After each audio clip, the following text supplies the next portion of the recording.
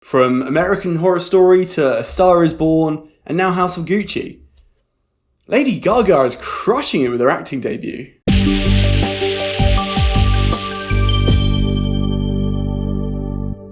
House of Gucci. This is in cinemas at the moment and tells us the story of the powerhouse clothing company that is Gucci. I'm evidently not into my fashion, but I feel like everyone at least probably knows the Gucci name. And this tells us a surprising story of the rise, fall, and rise again of this family-owned business. We follow Patrizia Reggiani, an outside from humble beginnings, who marries into the Gucci family, and we watch her ambitions and pride ultimately trigger this spiral of betrayal, decadence, and revenge, and ultimately, well, this, as always, is a spoiler-free review, so I'm just going to leave it there. First of all, this is directed by Ridley Scott, the titan behind movies such as The Martian, Gladiator, Black Hawk Down, American Gangster. His portfolio is huge, and it already lets you know the sort of quality you can expect coming into this film. From the title, it sounds like almost a Game of Thrones sort of thing, and honestly, it's not too far from that. Whoever named it this is actually really spot on. It's all the drama and backstabbing of Game of Thrones coupled with the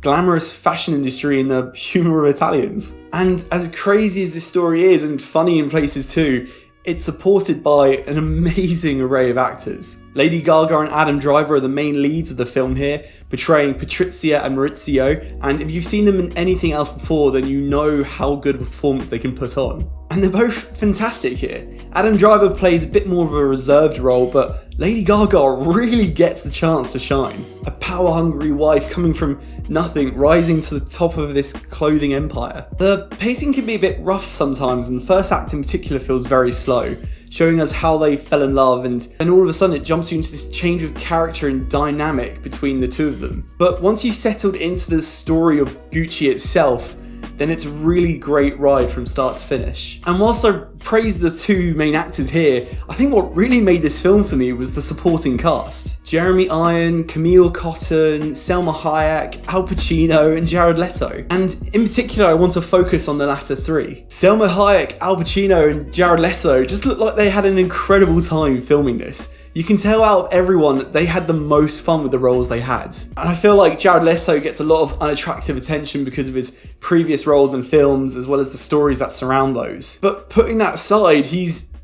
unrecognisable in this. He is so funny to watch, and is one of the standouts for me in this film. Al Pacino, as we all know, is absolutely brilliant, and he plays this flamboyant and eccentric character, but with that Al Pacino demeanour. So when you couple him with Jared Leto's character, it makes for some really great cinema. There's no one in here that I feel let the movie down, and at some point throughout the film, everyone had a chance to have fun with their roles. The soundtrack was a bit interesting though. Sometimes I felt like it fit really well, but other times I felt like they just chose a really catchy song to put in there because they needed something to make the scene more interesting to watch. And this kind of ties into that slow act one that I was telling you about. But regardless of if you're interested in the fashion industry or even Gucci itself, I think this is a really interesting story to tell. It is quite a long movie, so bear that in mind. It's about 2.5 hours, and there were definitely scenes in here which I feel like they had an easy option to take out to make it a bit more of condensed storytelling. You could have made this 2 hours and 15.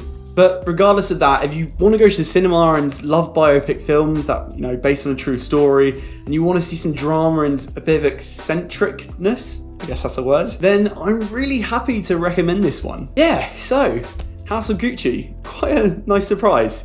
But maybe you've already seen it. If you have, let me know what your thoughts are down in the comments below. If you liked this video, please feel free to leave a like and subscribe, really does help me out. And as always, stay tuned for more reviews on movies, anime, and video games. Until next time guys, take care. Bye bye.